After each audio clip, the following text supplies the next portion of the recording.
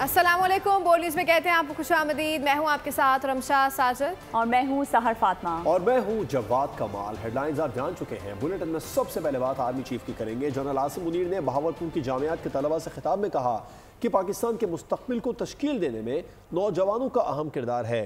कौमी तरक्की के लिए नौजवान अपनी सलाहियतों को निखारें। सख्त तरबियत ही सिपाही की पेशा वाराना तरक्की का बुनियादी सतून है। हमें कभी भी अपने अकीदा, इस्लाफ और माशरती इक़्तिदार को नहीं भूलना चाहिए। जनरल आसिम मुनीर ने बहावलपुर कैंटोनमेंट का दौरा भी किया और बहावलपुर कोर की ऑपरेशनल तैयारियों, तरबियत के उमूर पर ब्रीफिंग ली। मुल्क की तरक्की के लिए हर किसी ने अपने हिस्से की शमा जलानी है। बिलावजह तनकीद के बजाय तवज्जो खुद की कारकर्दगी और फराइज पर मबजूल रखनी चाहिए। Chief of army staff general Asim Munir का बहावलपुर में तलबा से खिताब। सरबराह पाक फौज का कहना था कि जब तक अदीम माएँ अपने बच्चे पाकिस्तान पर निछावर करती रहेंगी और ये कौम बिलखुसूस नौजवान अपनी अफवाज के शाना बशाना खड़े रहेंगे तो कोई भी हमें नुकसान नहीं पहुँचा सकता। दहशत गर्दी के पीछे एक मुनज़्ज़म गैर कानूनी स्पेक्ट्रम है। इसकी पुष्पनाही कुछ मखसूस अनासिर करते हैं। जब भी ये रियासत इस स्पेक्ट्रम पर हाथ डालती है तो इनके झूठे बयानिए सुनाई देते हैं। आर्मी चीफ ने नौजवानों की सलाहियतों में बेहतरी के लिए पाक फौज के इक़दामात को भी उजागर किया। तलबा की हौसला अफजाई करते हुए पाकिस्तान के मुस्तकबिल की तश्कील में नौजवानों के अहम किरदार की तारीफ की और सलाहियतों में बेहतरी के लिए फौज की मुकम्मल हिमायत का अदा किया। मौलाना हामिदुल हक पर होने वाले खुदकुश हमले की तहकीकात का दायरा पेशावर तक वसी कर दिया गया है। दर्जनों ट्रांसपोर्टर्स को भी शामिल तफ्तीश किया गया है। नौशहरा समेत मुख्तलिफ इलाकों से गाड़ियों के मालिकान और ड्राइवर से पूछगछ की जा रही है। मुख्तलिफ मकामात पर लगे खुफिया कैमरों की रिकॉर्डिंग भी हासिल कर ली गई है।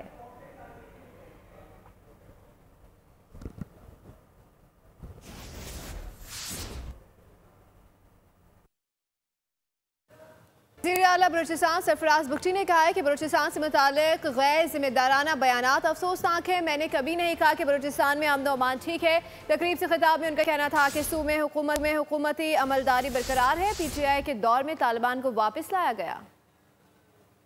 काउंट है वो डाइसी है और ये जो अब ज़ाहिर है प्रोपेगेंडा टूल के तौर पे उसको इस्तेमाल किया जा रहा है, तो हुकूमत के लिए ये एक चैलेंज ज़रूर है। उस चैलेंज को हल करने के लिए एक ही सोल्यूशन है गवर्नमेंट के पास। वो हम फेडरल गवर्नमेंट से बार बार कह रहे हैं कि आप एक टेट्रा ई है, वो एक एक्ट है जिसमें एक सेंटर्स बनने हैं, जिसमें अगर हुकूमत किसी को इन्फोर्स डिसअपेयर करती है, अगर करती है, तो उसके पास एक सेंटर हो, उस सेंटर में जाके रखें और वहाँ पर एक्सेस हो उस फैमिली को। तो वो एक अमेंडमेंट है जो सेनेट से पास हो गई है। $7 अरब के बेल आउट पैकेज के तहत $1 अरब की अगली किस्त का मामला। IMF का जायजा मिशन मुज़ाकरात के लिए कल इस्लामाबाद पहुंचेगा। मुज़ाकरात 4 से 15 मार्च तक जारी रहेंगे। पहले मरहले में तकनीकी, दूसरे मरहले में पॉलिसी सतह पर तबादला ख्याल होगा। 9 रुकनी वफ्द नेथन पोर्टर की क़यादत में 2 हफ्ते पाकिस्तान में क़याम करेगा। वफ्द आइंदा वाली साल के बजट के लिए तजावीज़ भी देगा। IMF की रजामंदी की सूरत में ही तनख्वाहदार तबके को रिलीफ मिलने का इम्कान है। वफ्द की वजारत ख़जाना, वजारत तवानाई, मनसूबाबंदी, स्टेट बैंक से मुज़ाकरात होंगे। FBR, ओगरा, नेपरा समेत दीगर इदारों और वजारतों के साथ भी नशिस्तें होंगी।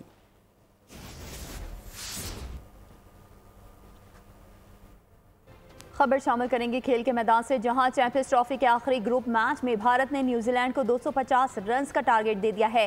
पहली बैटिंग करते हुए भारत ने 9 विकेटों पर 249 रन बनाए। श्रेयास अय्यर 79 रन के साथ नुमाया तरीन रहे। रोहित शर्मा 15 और शुभमन गिल 2 रन ही बना सके। विराट कोहली को 11 रन पर कीवीज ने काबू किया। हार्दिक पांड्या ने 45 रन की इनिंग्स खेली।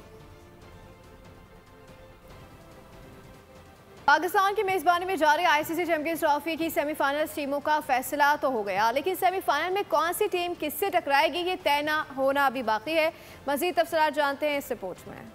ICC चैंपियंस ट्रॉफी 2025 फैसला कुन मरहले में दाखिल। चारों सेमीफाइनलिस्ट सामने आ गए। ग्रुप ए से भारत और न्यूजीलैंड, जबकि ग्रुप बी से जनूबी अफ्रीका और ऑस्ट्रेलिया ने फाइनल 4 में कदम रखे। सेमीफाइनल में कौन किसके मद्दे मुकाबला आएगा, फैसला आज दुबई में भारत न्यूजीलैंड मैच के बाद होगा। भारत जीता तो ग्रुप ए में टॉप पोजीशन पर विराजमान होगा। यूं सेमीफाइनल में सूरमाओं का मुकाबला ग्रुप बी में दूसरे नंबर पर मौजूद कैंगरूज से होगा। दूसरा सेमीफाइनल न्यूजीलैंड और जनूबी अफ्रीका के दरमियान खेला जाएगा। कीवीज फाते रहे तो सेमीफाइनल में ऑस्ट्रेलिया के मद्दे मुकाबला आएंगे, जबकि भारतीय टीम जनूबी अफ्रीका का सामना करेगी। भारत अपना सेमीफाइनल मंगल को दुबई में खेलेगा, जबकि दूसरा सेमीफाइनल बुध को लाहौर में खेला जाएगा।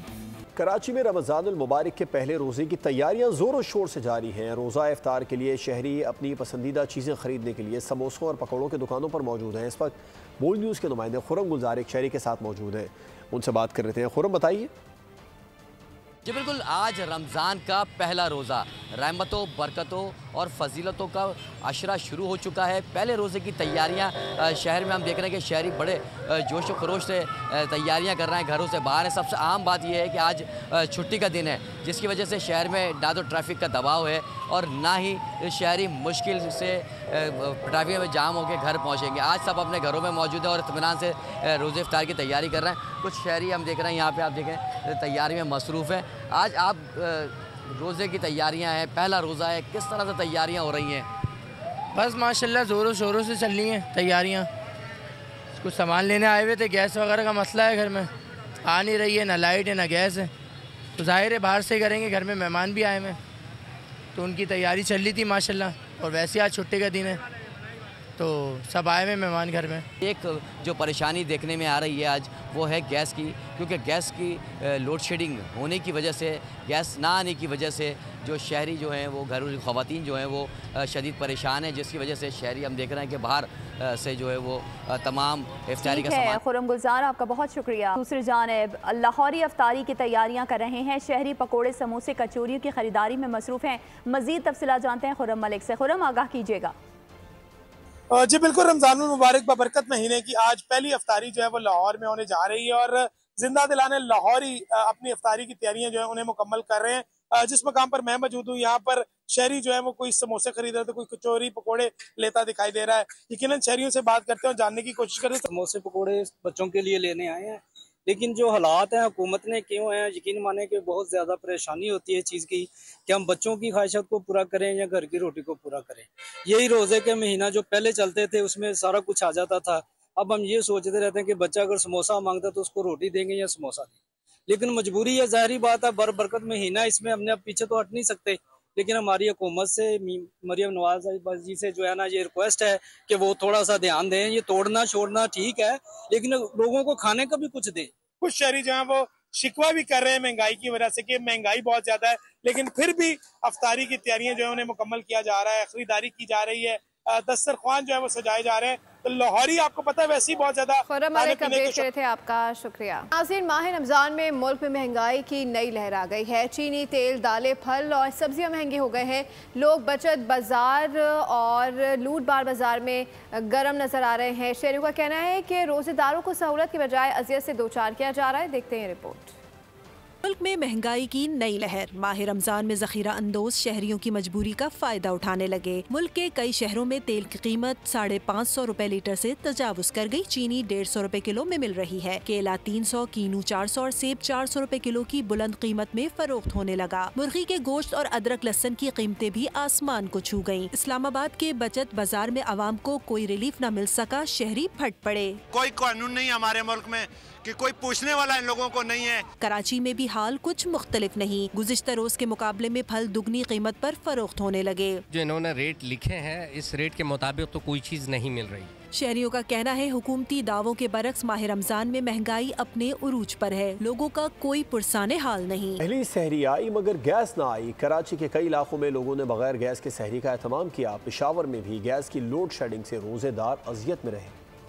रमजान आया मगर गैस ना आई। पहली सहरी और छुट्टी का दिन मगर गैस छुट्टी पर ही रही। कराची में Malir, PIB colony, society, Nazimabad, Gulbahar, Ranchhor line में सहरी के वक्त गैस नहीं आई। नॉर्थ कराची में भी गैस गायब रही। लोगों ने बगैर गैस ही जैसे तैसे सहरी का एहतमाम किया और रोजे की नीयत कर ली। सुई सदरन गैस कंपनी ने जो ऐलान किया था कि रमजान में रात 3 से सुबह 9 बजे तक गैस की लोड शेडिंग नहीं होगी, वो ऐलान हवा हो गया। दूसरी जानिब पेशावर में भी गैस नहीं आई। लोगों को मुश्किलात का सामना रहा। मीटर लगे हुए हैं, बिलें बेतहाशा आती है और समझ नहीं आ रही है, हमें गैस की जरूरत है। शहरियों का मुतालबा है कि हुक्काम कम अज कम रमजान में गैस की लोड शेडिंग न करें। अब आपको बताएं कि मुल्क में ताकतवर मगरबी सिस्टम की एंट्री। महकमा मौसमियात ने रमजानुल मुबारक के आगाज़ पर बारिशों की पेशगोई कर दी है। आज और कल शदीद बारिश और पहाड़ों पर बर्फबारी मुतवक्के है। रहमतों के महीने में बाराने रहमत, कहीं तेज बारिश तो कहीं होगी रिमझिम। महकमा मौसमियात ने मुल्क भर में बरसात के नए स्पेल की पेशगोई कर दी। पंजाब में आज और कल बादल खुलकर बरसेंगे। खैबर पख्तूनख्वा के मैदानी इलाकों में बारिश और पहाड़ों पर बर्फबारी का सिलसिला 4 मार्च तक जारी रहेगा। तमाम इस्ला की इंतजामिया को वार्निंग जारी कर दी गई है। मरी गलियात समेत दीगर पहाड़ी इलाकों में बारिश और बर्फबारी मुतवक्के है। मोटरवे पुलिस के हवाले से जिसने ओवर स्पीड गाड़ियों के खिलाफ मुहिम का आगाज कर दिया है। मोटरवे पुलिस की जानिब से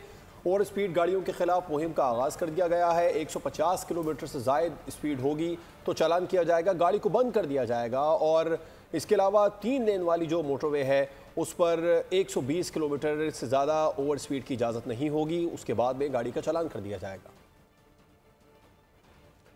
मोटरवे पुलिस की ओवर स्पीड गाड़ियों के खिलाफ मुहिम का आगाज़। मोटरवे पुलिस की जानिब से बताया गया कि 150 किलोमीटर से ज़ायद स्पीड वाली गाड़ियों को बंद कर दिया जाएगा, जबकि 3 लेन वाली मोटरवे पर 120 किलोमीटर स्पीड की इजाज़त है। इससे तेज़ गाड़ी चलाने पर गाड़ी को बंद कर दिया जाएगा। क़वानीन की खिलाफ वर्जी पर जुर्माने के साथ FIR भी दर्ज होगी। 3 लेन वाली मोटरवे पर कार की हद रफ्तार 120 किलोमीटर फ़ी घंटा है। पब्लिक ट्रांसपोर्ट गाड़ियों की हद रफ्तार 110 किलोमीटर फ़ी घंटा है।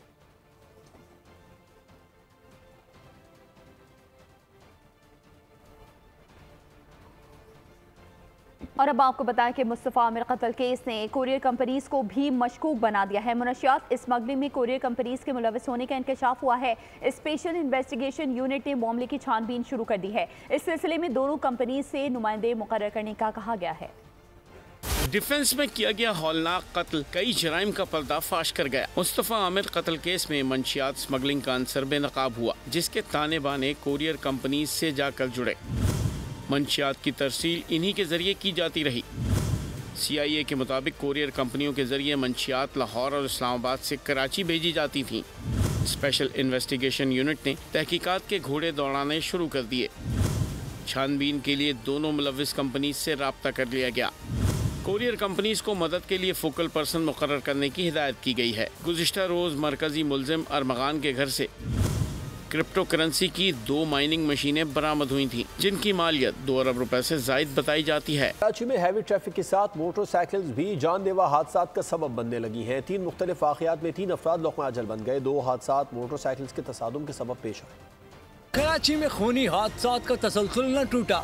रात गए जेल चौरंगी पर 2 मोटरसाइकिल्स टकरा गईं। ये तसादुम एक शख्स की जान ले गया। जहाँ बहक शख्स की शनाख्त 40 साल ताहा के नाम से हुई। हादसे में 22 साल जुबैर जख्मी हुआ। तेज रफ्तारी हादसे की वजह बताई जा रही है। स्पीड का जुनून, डिफेंस में भी खून बहा गया। फेज 6 खयामान मुहाफिज में 2 मोटरसाइकिल्स ने एक दूसरे को हिट किया। इस तसादुम में भी एक शख्स की जान गई, जबकि दूसरा जख्मी हुआ। इस वाक़े में जख्मी और जाँ बहक होने वाले की शनाख्त नहीं हो सकी। दूसरी जानिब लियाकताबाद 4 नंबर पर ट्रेलर की टक्कर से मोटरसाइकिल सवार जाँ बहक हुआ। तहरीक इंसाफ के दौर हुकूमत में करप्शन की तहकीकात के लिए पंजाब असेंबली की पब्लिक अकाउंट्स कमेटी का बड़ा फैसला। 2019 में माली बदउनियावी के 18 केस तहकीकात के लिए DG एंटी करप्शन को भिजवा दिए गए। District health authority, DG Khan और फैसलाबाद में माली बेज़ाब्तगियों की तहकीकात सुपुर्द कर दी गई। मामलात की शफाफ तहकीकात के लिए वज़ीर आला मुआयना टीम से भी मदद हासिल कर ली। उस्मान बुज़दार के दौर में करप्शन की तहकीकात के लिए महकमा सेहत समेत दीगर महकमों से ज़रूरी रिकॉर्ड भी तलब किया गया। रिकॉर्ड फराहम न करने वाले अफसरान के खिलाफ कार्रवाई की जाएगी।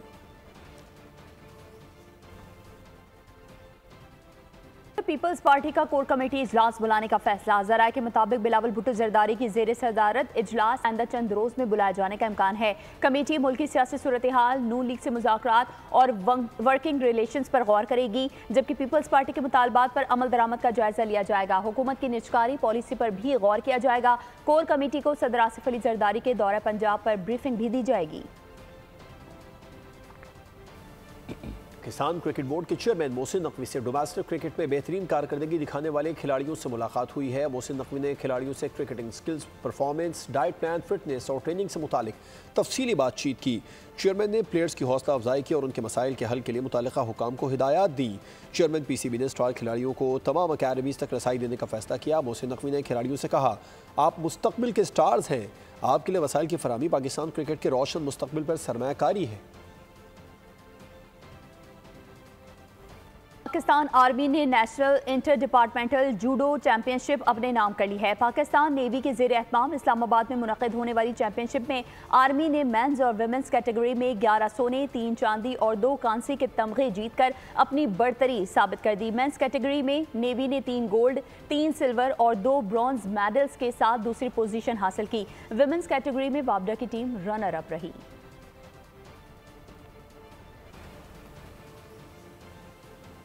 आगे बढ़ते हुए आपको बताएं कि इसराइल ने ऐलान किया है कि गजा जंगबंदी में तोसी के लिए तैयार है। हमास ने अमेरिका की हिमायत याफ्ता तजवीज़ मुस्तरद कर दी। काहिरा में इसराइल हमास मुज़ाकरात। गजा सीज़फायर के अगले मरहले के मुजव्वज़ा मंसूबे पर इसराइल ने हाँ कर दी। अमेरिका की हिमायत याफ्ता मंसूबे में रमज़ान और इसके बाद तक जंगबंदी में तोसी की जाएगी। हमास ने कहा है पहले मरहले में तोसी कबूल नहीं, मुआहदे के मुताबिक दूसरे मरहले पर अमल किया जाए। अमरीकी हिमायत याफ्ता प्रपोजल में कहा गया है कि गजा में मौजूद निफ्स इसराइली कैदियों को जिंदा या मुद्दा हालत में रिहा या हवाले कर दिया जाए, जबकि बाकी निस्फ की हवालगी मुस्तकिल जंगबंदी से मशरूत रहेगी। दूसरी जानब फ़लस्तीनी इस संदेश में है कि रमज़ान की आमद पर जंग फिर न शुरू की जाए। गजा के महकमा सेहत ने कहा है कि मजमूई शहादतों की तादाद 48,388 हो चुकी है। साथ बुलेटिन से फिलहाल इतना ही। मज़ीद किसी भी खबर की डिटेल के लिए विजिट कीजिए हमारी वेबसाइट bolnews.com और देखते रहिए बोल। सब्सक्राइब करें और बेल दबाएं ताकि कोई खबर रह न जाए।